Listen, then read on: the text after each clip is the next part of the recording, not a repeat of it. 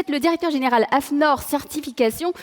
Vous avez, depuis quelques mois, avec vos équipes et aux côtés des équipes de l'UFE, des fournisseurs et en lien avec les pouvoirs publics, travaillé au développement de ce projet qui verra le jour, si j'ai bien compris, en 2022, dans pas si longtemps. C'est la première fois qu'un tel label a été élaboré avec les différentes parties prenantes et c'est une première. Ce label établi sur la base d'un démarchage volontaire a pour objectif justement de faire cesser les pratiques commerciales déloyales de façon définitive et développer le démarchage à domicile qualitatif. Donc c'est ambitieux.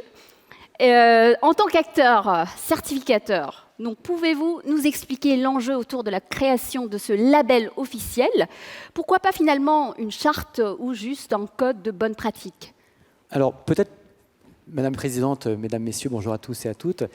Peut-être pour remettre les choses en perspective, c'est un sujet d'actualité, comme vous l'avez dit, avec l'ouverture des marchés, mais donc ancien. Je me rappelle avoir participé en décembre 2004 jusqu'à l'été 2005 au groupe de travail du CNC à l'époque, sur la protection des consommateurs et l'ouverture du marché de l'énergie. Et déjà à l'époque, j'ai fait un peu d'exhumation de documents, déjà à l'époque, ce rapport du CNC en 2005, à la demande du ministre chargé des PME, mettait en avance le besoin de transparence de l'information, évoquer la question des chartes, et je vais en dire un mot bien sûr, et parler même de l'idée d'autorisation d'exercice dans ce cadre-là pour envisager l'ouverture du marché, parce que la protection de nos consommateurs dans ce cadre-là était un enjeu majeur. Et une intervenante britannique était venue et avait fait part déjà en 2004 de l'idée qu'il y avait pu avoir en Grande-Bretagne d'interdire le démarchage à domicile. Et c'était aussi dans ce rapport, et on y reviendra, que l'idée d'un médiateur de l'énergie avait fait irruption. Et précisément, l'actualité aujourd'hui avec les évolutions importantes des prix de l'énergie, les évolutions importantes du marché, ont conduit les pouvoirs publics, ont conduit les parlementaires et ont conduit aussi le médiateur de l'énergie à faire part d'un certain nombre de constats suite à des pratiques qui ont pu être jugées comme particulièrement litigieuses de la part de certains opérateurs.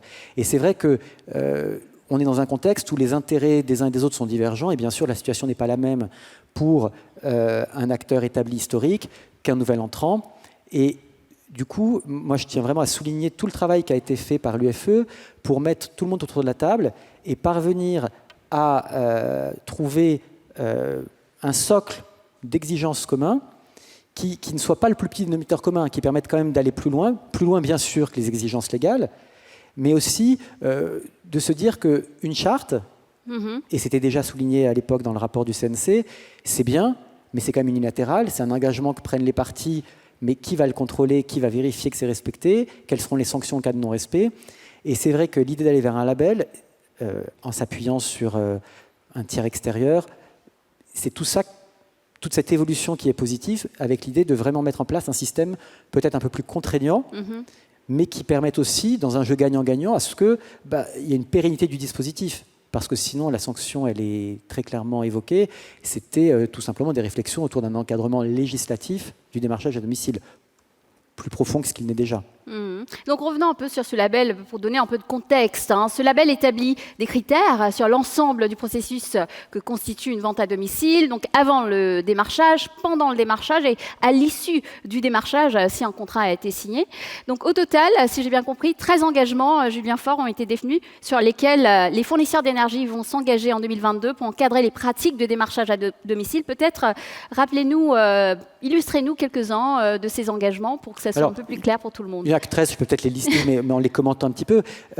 Encore une fois, qui sont des engagements issus du travail de l'ensemble des parties, et sur lesquels on se dit que c'est important pour que cet acte de vente, qui est le premier acte d'entrée en relation avec un client, se passe dans les meilleures conditions et augure d'une relation de qualité et de long terme. D'une part, tout ce qui est avant-vente. D'une part, une obligation de formation de l'ensemble des intervenants chez les prestataires démarcheurs, obligation qui pourra être vérifiée à l'occasion d'audits lorsqu'il y aura des contrôles, puisque à l'issue de tout ce dispositif, il y a bien l'objectif de mettre en place des audits de vérification en faisant appel à un tiers extérieur certificateur. Une information préalable de l'ensemble des personnes susceptibles d'être démarchées, que ce soit par exemple en mairie, par des affichages ou au moins un minima sur le site du fournisseur. Un enjeu très important, c'est la rémunération des vendeurs. Pour les prestataires, en l'occurrence, dans le projet, l'idée que si vous les commissionnez au nombre de ventes faites, c'est évidemment pas très vertueux pour les inciter à être respectueux de tous ces engagements. Donc l'idée d'une rémunération fixe et sur du qualitatif, mais pas sur du quantitatif. Et dernier point sur l'avant-vente, l'interdiction pure et simple de la vente aux personnes de plus de 75 ans par rapport à tous ces enjeux de vulnérabilité qui ont pu défrayer la presse. Sur la question, deuxième process, la vente en elle-même. L'idée est bien, alors le label doit apporter des éléments complémentaires à la loi, il ne peut pas juste se limiter aux exigences légales, mais à minima, bien sûr, il reprend toutes les exigences légales. Donc l'idée, c'est bien de pouvoir remettre lors de la vente un document pédagogique, élaboré sous l'égide des pouvoirs publics, en lien avec la CRE notamment, et de vérifier que le client potentiel signe un consentement éclairé dans un document distinct, pour bien s'assurer de sa compréhension de la relation client qu'il s'apprête à entrevoir. Troisièmement, il y a une vraie obligation qui est faite aux démarcheurs d'assurer une présentation claire des offres sur tous les aspects, et en particulier sur les aspects d'évolution de l'offre et des prix. On le voit bien aujourd'hui avec un certain nombre de clients qui se sont retrouvés abandonnés par leurs fournisseurs compte tenu de l'évolution importante des prix spot. Et enfin, le droit de rétractation, bien sûr, légal, mais avec l'idée qu'on ne commence pas, qu'on informe sur toutes les démarches, et que dans la prévente, les 5 engagements de la prévente, c'est bien qu'on ne commence pas, sauf urgence dûment motivée demandée par le client, le fournisseur ne commence pas la prestation avant l'exercice du délai de rétractation de 14 jours, sans aucun frais, bien sûr. Qu'il y ait, deuxième axe, une confirmation systématique de la réalité, parce qu'on a quand même vu, ça a été décrié par un certain nombre d'acteurs, parfois des prestataires qui allaient jusqu'à faire des imitations de signatures. Donc là, l'idée, c'est bien qu'il y a une confirmation systématique par un tiers indépendant ou juridiquement indépendant, si c'est au sein de la même société, de la matérialité du contact et de l'ensemble des engagements qui ont été pris. Et le mandat CEPA ne peut être demandé que 7 jours après cette vérification.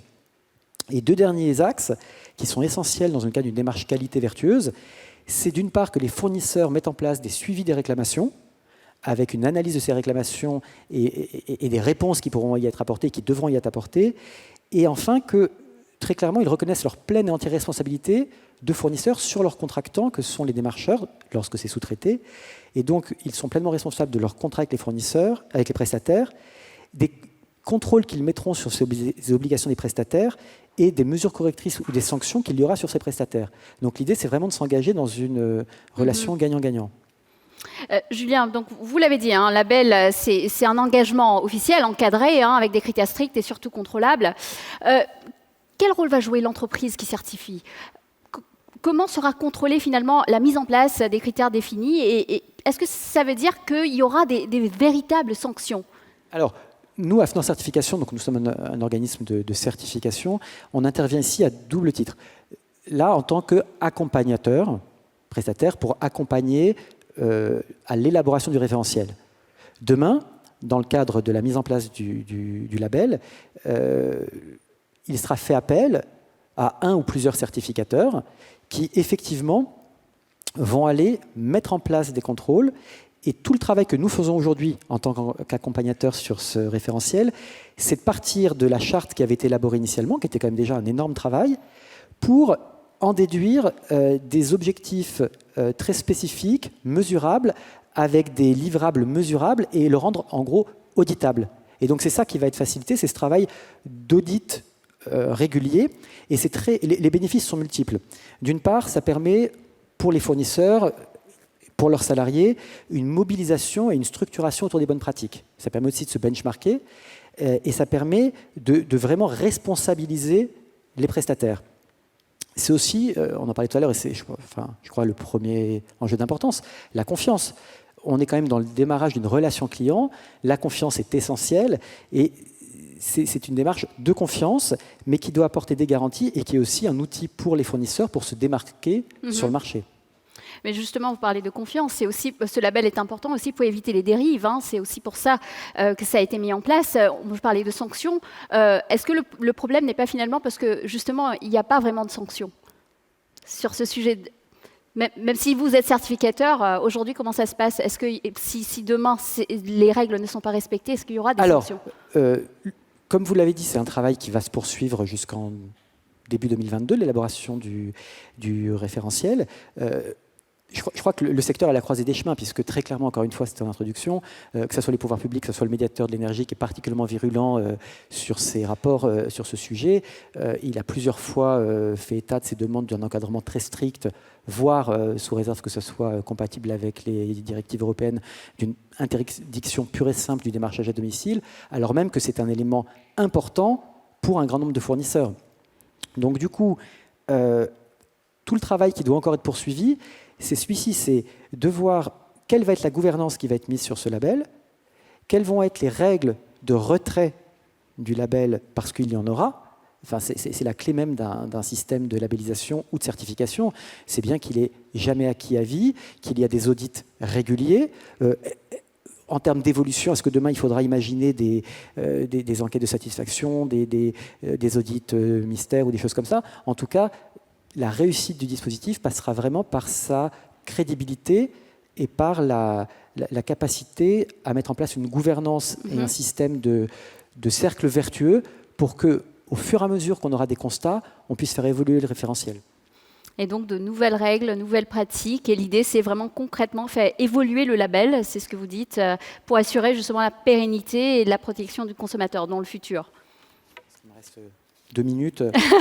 Je vérifie le temps est très, très, très serré. Oui, effectivement, de manière générale, dans les démarches qualité, l'idée, c'est bien de s'inscrire dans un cercle vertueux où à partir l'ensemble des acteurs au regard des pratiques constatées, déjà les fournisseurs, lors de leur analyse des situations constatées, vont pouvoir mettre en place plus de contrôles, améliorer peut-être leurs pratiques de formation, améliorer leurs pratiques de rémunération, tout ce qui a été évoqué, feront un retour à la gouvernance du label qui permettra aussi d'envisager des évolutions du référentiel.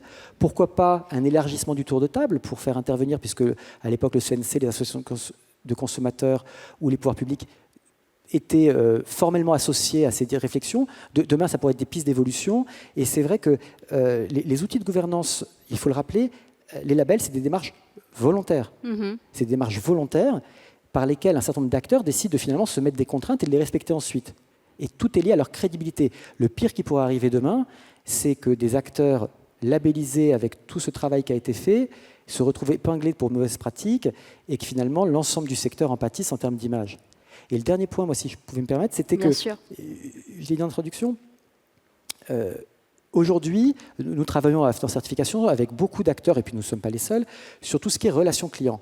Et la question de la relation client, d'une relation de qualité, des enjeux de RSE, et c'est vrai qu'on parle toujours de réenchanter la relation client, mais cette entrée en relation, c'est quand même le premier acte par lequel un fournisseur fait la connaissance d'un client, et même si financièrement il garde le client, si celui-ci a eu l'impression d'avoir signé le contrat mais d'avoir été braqué un soir au coin d'un bois, ça augure mal d'une relation dans la durée où le client ne cédera pas tout de suite aux sirènes du moins 10 ans et s'inscrira dans une relation de confiance. Donc je pense vraiment que c'est un jeu gagnant-gagnant et que tous les acteurs, et moi je tiens à saluer vraiment tout le travail qui a été fourni par l'UFE pour mettre tout le monde autour de la table et essayer vraiment de converger vers, encore une fois, un dispositif qui ne soit pas le moins 10 ans.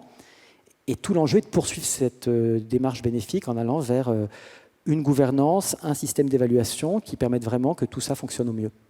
Bon, en tout cas, c'est ce qu'on espère. Merci beaucoup, Julien. Merci. Donc, c'était le directeur général de l'EFNOR. Merci beaucoup. Et on va suivre avec beaucoup d'attention la suite de ce label. Ne me faites pas avoir de problème. Directeur général d'AFNOR Certification. Ah oui, d'AFNOR Certification. Mais ça va, je vous donne une promotion. Allez. Merci, Julien. Merci beaucoup.